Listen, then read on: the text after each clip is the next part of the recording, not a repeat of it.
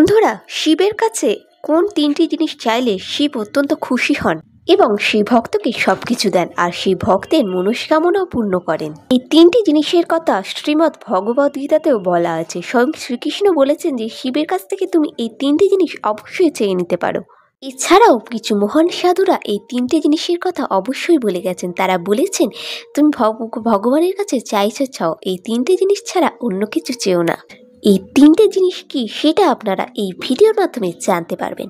নমস্কার বন্ধুরা, ধর্মবচন বাংলা চ্যানেলে আপনাদের সবাইকে স্বাগত জানিয়ে আরও একটা নতুন ভিডিও নিয়ে চলে এসেছি। হর হর মহাদেব। মহাকুম্ভে চান করতে কজন গেছেন বলুন? মহাকুম্ভ তো অবশ্যই এখন চলছে, কিন্তু এই ভিডিওর মাধ্যমে আমি শিবেরই কিছু গুরুত্বপূর্ণ কথা শেয়ার করবো যে আপনি শিবজির কাছে এমন কোন তিনটি জিনিস চাইলে শিবজি সেটা অবশ্যই আপনাকে দেবেন।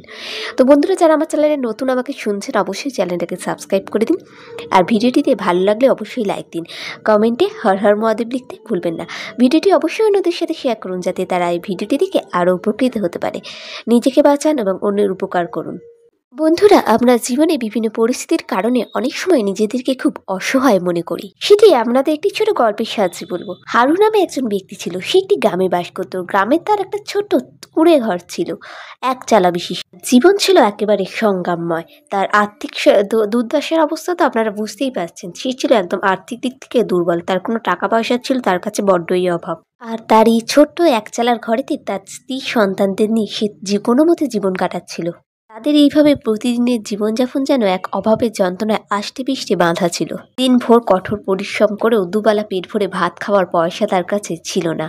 এমন সময় তার দুই সন্তানের মুখের দিকে তাকিয়ে তার বুকটা যেন হাহাকারে ফেটে যেত। তাদের কিছু সে খাবার তাদের মুখে তুলে দিতে পারছে না। হারুর জীবনে বেঁচে থাকা আরও একটি গুরুত্বপূর্ণ অংশ ছিল তার এক পোষা একটি গাই গরু। তার নাম ছিল কমলা। কিন্তু ভাগ্যের পরিহাস কাকে বলে বন্ধুরা, সেই গরুটিও ক্রমাগত অসুস্থ হয়ে পড়েছিল। কিন্তু হারু গরিব বলে সেই গরুটির চিকিৎসার কোনো ত্রুটি রাখেনি। তার নিজের খাবারের টাকা থেকেও, নিজের খাবার না খেয়েও সেই গরুটি সে পরিচর্যা করত, তার চিকিৎসা করত। তবুও তার এই অবস্থার উন্নতি হচ্ছিল না। একের পর এক বিপদ তার জীবনটাকে যেন ক্রমাগত দুর্বিষহ করে তুলছিল। হারু যে কোনো কাজে হাত দিলেই কোনো না কোনোভাবে সেই কাজ ক্রমাগত ভেস্তেই যাচ্ছিল। তার অল্প কিছু জমি জমা ছিল, আর সেই জমিতে ফসল ফলিয়ে সে অল্প কিছু টাকা ইনকাম করত। তাও যখন সে খেতে ফসল কাটতে যেত তার কিছু না কিছু অংশ পোকামাকড় খেয়ে নিত, বা ফসলের বিভিন্ন রোগ হয় ছত্রাকে হয়ে সেই ফসলের অর্ধেক অংশই প্রায় নষ্টই হয়ে যেত। এর ফলে তার আয়ের অংশ কিছু অনেকটা হলেও কমে যেত। আর এই অভাব থেকে গ্রামের অন্য সব মানুষরা তাকে আরো বেশি হেয় ও তাচ্ছিল্য করত। তাদের এই উপহার, তিরস্কার, তীর হারুর জীবনকে যেন আরো দুর্বিষহ করে দিচ্ছিল। তার মনোবল ধীরে ধীরে আরো ভেঙে যাচ্ছিল। গ্রামের কোনো লোক তাকে সাহায্য করতো না, বরঞ্চ তার দুঃখে হাসতো। তাদের দুঃখে মৃদু মৃদু হাসতো, সে নানা কথা আলোচনা করত। আরো ধীরে ধীরে নিজেকে অসহায় মনে করতে লাগলো। জীবনের সমস্ত দায় দায়িত্ব তার কাছে যেন এক বোঝার মতো মনে হতে লাগলো। তো তার মনে এক অদ্ভুত প্রত্যাশার কিছুটা হলেও তখনও ছিল। একদিন হয়তো সব বদলে যাবে। অন্ধকার থেকে আলোর পথে একদিন সে কোনো না কোনো ভাবে পৌঁছে যাবে, এইটাই হারু সবসময় মনে করত। গ্রামের পাশে চলছিল কুম্ভ মেলা, আর সেই মেলায় হারু দেখতে পেল একজন গেরুয়াধারী সন্ন্যাসী বাবাকে। সেই সন্ন্যাসী বাবাকে তার জীবনের সমস্ত দুঃখ কষ্টের কথা খুলে বলল। তখন সেই সন্ন্যাসী বাবা তাকে বললেন, হারু, জীবনের দুঃখ কষ্ট দারিদ্র্যকে দূর করার জন্য তিনটি উপায় আছে, তিনটি ঠাকুরের আশীর্বাদ আছে। তুমি প্রতিদিন যখন শিব ঠাকুরকে সকালবেলা পুজো করবে, ভক্তি, নিষ্ঠা, নির্ভরতা, এই তিনটে তুমি শিব ঠাকুরের কাছ থেকে চেয়ে নেবে। সেই সন্ন্যাসী বাবা হারুকে এই পরামর্শ দিল।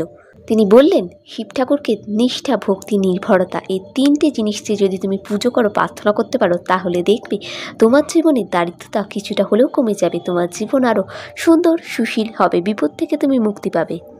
সাধুর এই পরামর্শ শুনে হারুর মনে এক নতুন আশা জাগলো। সে বাড়ি ফিরে প্রতিদিন শিব ঠাকুরের কাছে ভক্তি, নিষ্ঠা, নির্ভরতা, এই তিনটি প্রার্থনা করতে থাকে। ধীরে ধীরে হারু অনুভব করলো যে তার মনোবল বাড়ছে। তার জীবনে কোনো সমস্যা এলে সে ধৈর্যের সাথে তার সামনে দাঁড়িয়ে মোকাবেলা করার জন্য সাহস পাচ্ছে। কয়েক মাসের মধ্যে হারুর জীবনে এলো এক অভূতপূর্ণ পরিবর্তন। তার পাশে একটা বড় কারখানা হয়েছিল সেই গ্রামে। আর সেই কারখানার মালিক তাকে কাজের জন্য সে বলল, সেই কারখানায় সে যোগদান করলো। এর ফলে তার পরিবারের মুখে হাসি ফুটে উঠল। সে তার ক্ষুধার্ত ছেলে মেয়েদের খাওয়ার জন্য কিছুটা হলেও অর্থ উপার্জন করতে লাগলো। এই সব দেখে গ্রামের যেসব লোক আগে তাকে হিংসা করতো, হেয় করতো, তাদেরও মনোভাব কিছুটা পরিবর্তন হলো। হারু খুঁজে পেল তার নতুন জীবনে এগিয়ে চলার এক নতুন অর্থ। বন্ধুরা, শ্রীমদ্ ভগবদ গীতায় শ্রীকৃষ্ণ অর্জুনকে এই কথাটি বোঝান যে যদি ভগবানের কিছু কিছু চাইতেই হয় তাহলে ভক্তি, নিষ্ঠা ও নির্ভরতা এই তিনটি জিনিসই চাওয়া দরকার। এতে ভগবান অত্যন্ত খুশি হন এবং ভগবান ভক্তের সেই মনস্কামনা পূর্ণ করেন। শিব ঠাকুরের কাছে ভক্তি, নিষ্ঠা, বিশ্বাস ও নির্ভরতা বললে তুমি তোমার যে কোনো বিপদ থেকে মুক্তি লাভ করবে।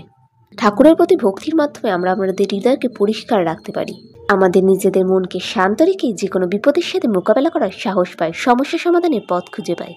বিশ্বাস আমাদের যে কোনো বিপদের সময় ধৈর্য রাখতে সাহায্য করে। আমি এই বিপদ থেকে কোনো না কোনোভাবে বেরিয়ে আসতে পারবই। তো বন্ধুরা, শিব ঠাকুরের কাছে বিশ্বাস, ন্যায়, নিষ্ঠা, নির্ভরতা এই তিনটে জিনিস আপনি চান, তাহলে দেখবেন আপনার জীবনে পথ সুস্থ হবে এবং আপনি যে কোনো বিপদ থেকে রক্ষা পাবেন। ভিডিওটা ভালো লাগলে কমেন্টে হর হর মহাদেব লিখতে ভুলবেন না।